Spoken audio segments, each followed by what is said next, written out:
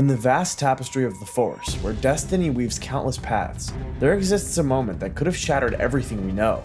In Chancellor Palpatine's office, as Mace Windu's blade descended toward the Sith Lord's throat, Anakin Skywalker faced a choice. But in this timeline, he chose neither the light nor the dark. He chose himself. This is the story of an empire built not on Sidious's lies, but on Skywalker's conflicted truth, where a fallen Jedi and a resurrected Sith forged a partnership that would reshape the galaxy's fate. The Chancellor's office erupts with violet lightning as Mace Windu's blade hovers mere inches from Palpatine's throat.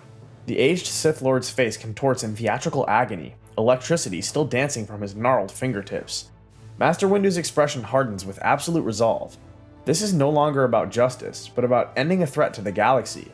And there, frozen at the threshold, stands Anakin Skywalker, watching as the man who promised him everything teeters on the edge of death.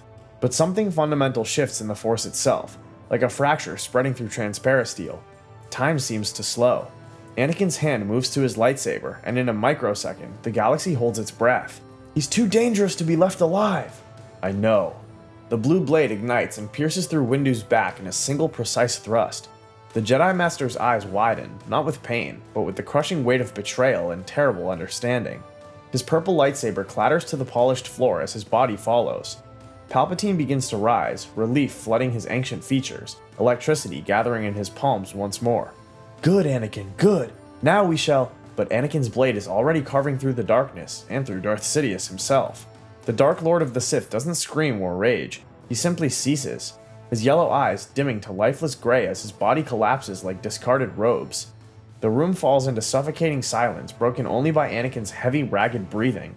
He stares at his hands, at the weapon still humming with lethal energy. He's killed them both. The Jedi who would execute without trial, and the Sith who would bind him in chains of darkness. His eyes flicker yellow for a heartbeat before settling into something colder, something new. The Force itself trembles, uncertain what this new being will become. Before we move on, I'd like to ask you a small favor. If you're enjoying this content so far, please take a second to like this video and subscribe to the channel. Over 98% of you watch these videos without subscribing. Imagine what we could accomplish if everyone subscribed. We thank you all for your continued support. The shockwave of Sidious's death ripples across the galaxy like a stone dropped into an infinite ocean. On the ancient Sith world of Malachor, within a temple carved from obsidian hatred, Darth Maul suddenly screams. But this isn't pain. He knows pain intimately. This is something else entirely. The invisible chain that has bound him since his resurrection, the constant suffocating awareness of his former master's presence in the Force, has violently and completely snapped.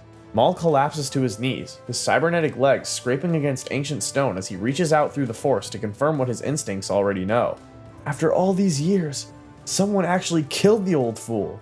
His yellow eyes blaze in the darkness as he rises, mechanical legs whirring. His mind races through possibilities. Yoda? Windu? Some hidden rival? Whoever accomplished what Maul spent decades dreaming about has become either the galaxy's greatest threat or his perfect ally. I will find you, and when I do, we will finish what that Sith should have begun long ago. Across the galaxy, other pieces began moving. Yoda senses the disturbance while meditating in the Senate chamber and immediately evacuates, vanishing into Coruscant's underlevels before clone troopers arrive. Obi-Wan Kenobi, fresh from his victory over Grievous on Utapau, receives an emergency recall and recognizes Anakin's voice giving the orders. His heart sinks with dread. Meanwhile, Anakin sits in what was Palpatine's chair, now his own, accessing the vast network the Sith Lord had woven across the galaxy. Clone armies, separatist shutdown codes, emergency powers, all waiting at his fingertips. He retrieves the Master Holocron from Palpatine's corpse. This is General Skywalker. The Chancellor has been assassinated by a Jedi traitor. I've neutralized both threats. All clone commanders. Order 65 is in effect. Protect the Republic from Jedi insurrection until further notice. It's not Order 66. Not quite. He's giving the Jedi a chance to surrender, to see reason. But soldiers follow orders, and within the hour, the Jedi Temple is surrounded by clone forces. 2 months after that fateful night, Anakin Skywalker stands before the galaxy as its new emperor, crowned in a ceremony that transforms the Republic into the Galactic Imperium. He deliberately refuses the title Darth in public. That name, Darth Imperius, belongs to the darkness within, the part of him that grows stronger with each difficult choice he makes for the greater good. The Senate continues to exist, though neutered and compliant. Grand Moff Tarkin, ever the pragmatist, bows to this new order with barely concealed approval. At least this one knows how to wield power. Palpatine was a schemer. Skywalker is a soldier. There's a difference. but resistance forms in the shadows. On Tatooine, Obi-Wan Kenobi haunts the desert wastes, meditating in caves and weeping for his fallen brother. He attempted to reach out, to understand what drove Anakin to this madness, but his former Padawan's response had been ice. "I did what needed to be done, Obi-Wan. Palpatine would have enslaved the galaxy. The Jedi Council was blind to their own corruption. I ended both threats. Go into exile, old friend. I won't hunt you, but if you stand against me, I'll have no choice." On Naboo, hidden in a villa overlooking crystalline lakes, Padme Amidala gives birth to twins. The labor is excruciating, but she survives, physically at least. Part of her soul died when she felt Anakin's presence transform into something cold and imperial, but she lives for the two infants placed in her arms, Luke and Leia, Hope incarnate. Bail Organa is there, along with Ahsoka Tano and medical droids. They make the hardest decisions. The twins must be separated and hidden. Leia will go to Alderaan with Bail, and Luke to Tatooine with Kenobi. Padme holds her children one final time, whispering promises she knows she cannot keep, before letting them go into the shadows of history. 17 years before Yavin, a message arrives at the Imperial Palace encrypted with ancient Sith codes that should be impossible to crack. Anakin deciphers it within minutes. The message is brutally simple in its challenge and promise. Anakin knows immediately who sent it. Darth Maul, Sidious's first apprentice, the Zabrak who survived bisection through sheer hatred and clawed his way back from death itself. Part of Anakin is curious about this meeting. Another part recognizes it as a test of strength and will. The student who killed our master should meet the student he abandoned, Malachor.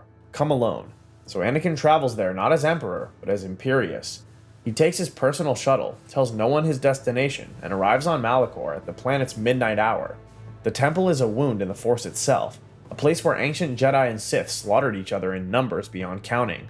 As Anakin walks through corridors lined with frozen corpses preserved in dark side energies, their faces locked in eternal screams, he feels the weight of Sith history pressing down on him.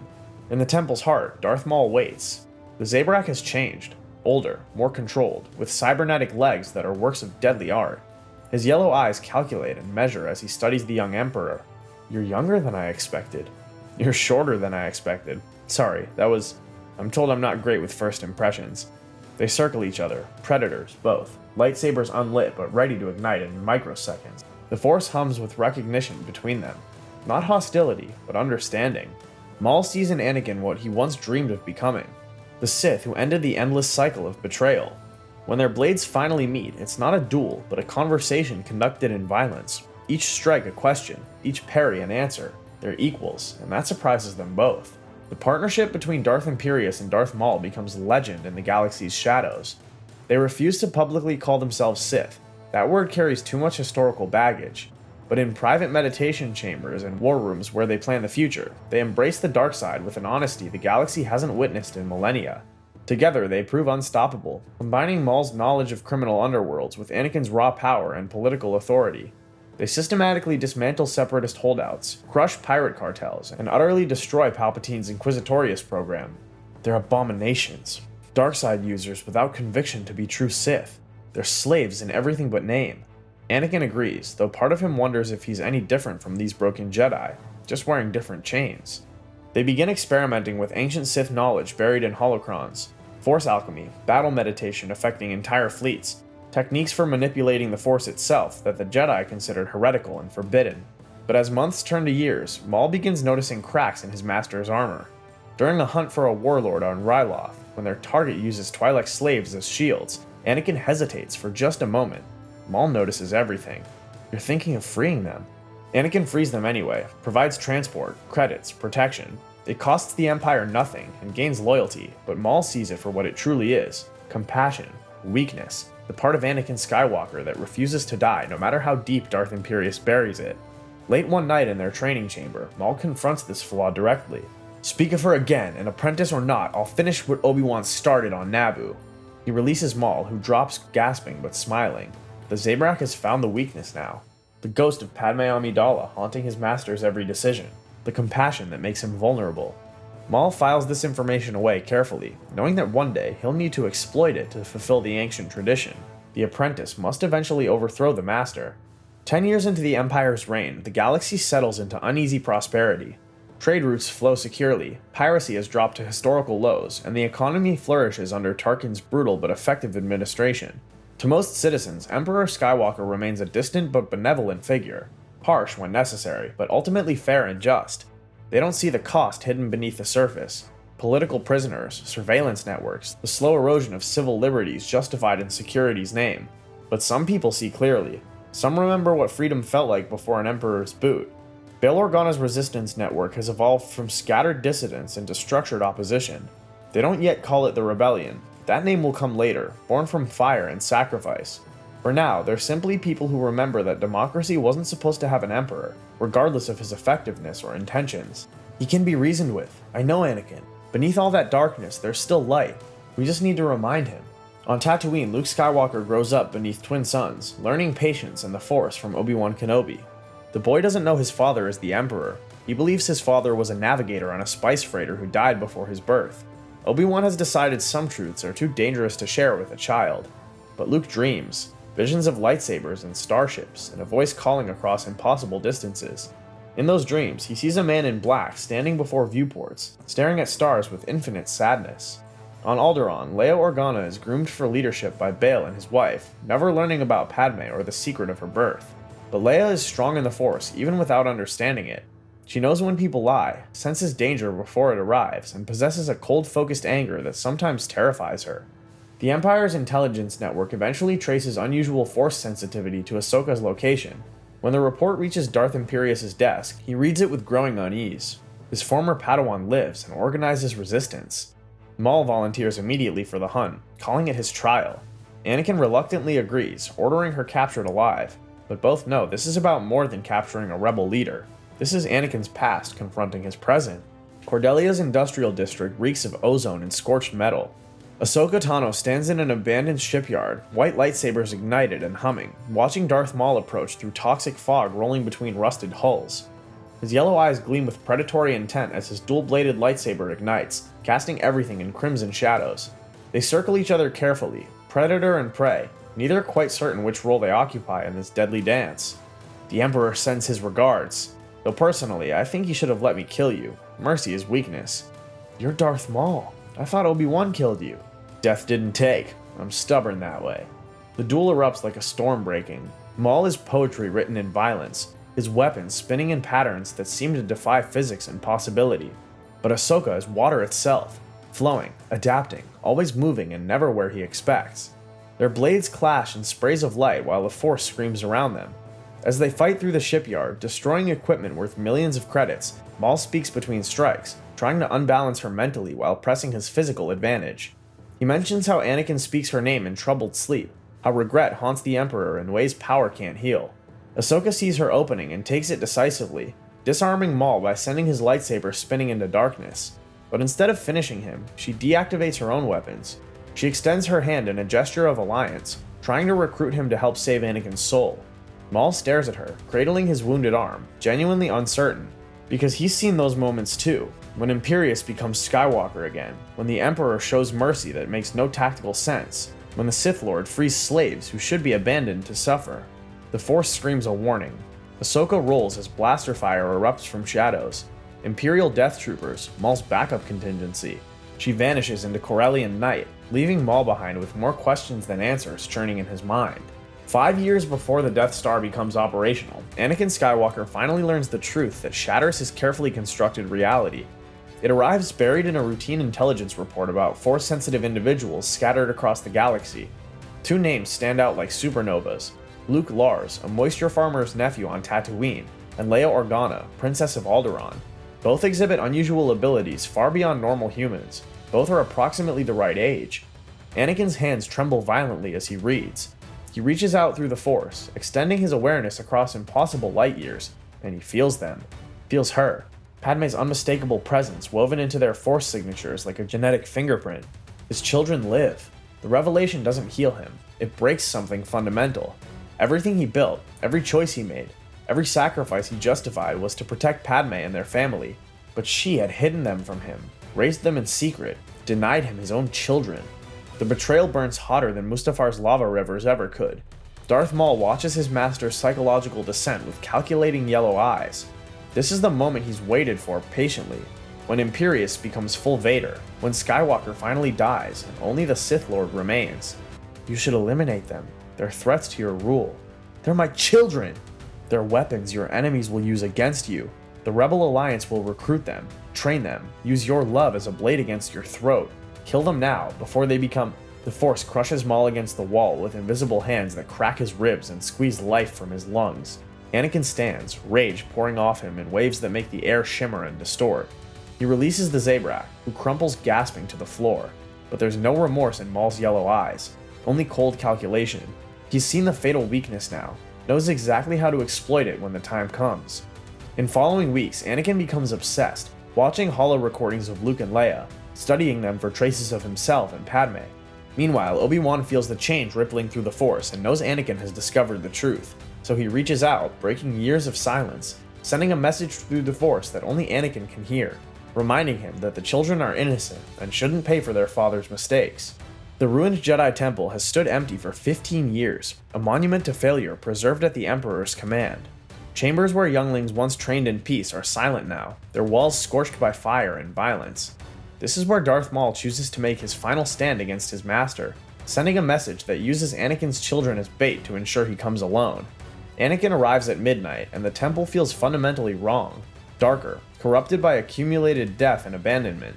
He finds Maul in the meditation spire where Yoda once contemplated the Force's mysteries. "You betray me. I do what every Sith apprentice must do. The strong rule, the weak die. It's always been this way." Their duel begins where countless Jedi training sessions once occurred, but this is no training. This is murder dressed as philosophy. Maul fights with every technique learned from Sidious, from years of survival, from Anakin himself. He's perfected rage, refined hatred into deadly art, but Anakin fights with something more dangerous than rage: purpose. They crash through the temple, destroying what remains of Jedi legacy. Ancient murals crack and crumble. Training equipment shatters into fragments. The Force itself seems to weep at violence occurring in its former sanctuary. "You were supposed to be different. You killed Sidious. You broke the cycle. But you're just another master using me, manipulating me, keeping me as a pet weapon." They meet finally in the Chamber of Judgment, where the Council once deliberated galactic fate. Anakin disarms Maul, his mechanical hand crushing the Zabrak's wrist and sending his lightsaber clattering uselessly away. Then, with cold precision born of necessity, he drives his blade through Maul's twin hearts. Maul falls, cybernetic legs sparking and failing. He looks up at Anakin with yellow eyes that hold no hatred anymore, only terrible understanding. "You were always the slave. Slave to attachment, to love, to hope. I'm the lucky one. I get to be free of it. But you'll carry those chains forever, Skywalker, until they drag you down to the same darkness that took me."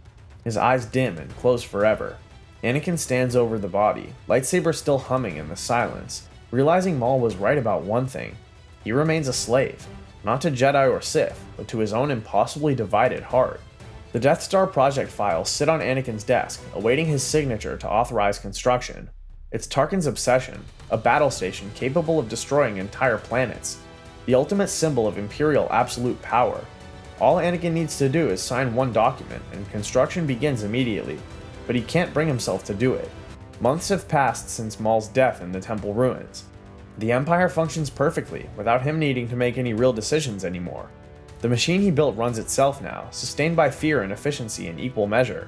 He's become exactly what he sought to destroy, a distant, unreachable emperor whose word is law and whose presence inspires terror rather than hope.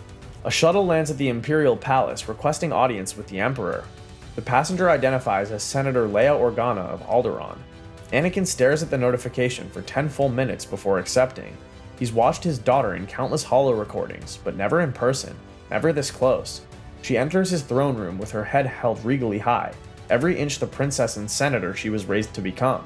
When their eyes meet, something profound passes between them. Recognition deeper than sight, connection beyond words. "Your Majesty, I've come to discuss the proposed Death Star project." "Have you? I believe it's a mistake. That level of destructive power serves no purpose but terror. And terror, Your Majesty, has never built anything lasting."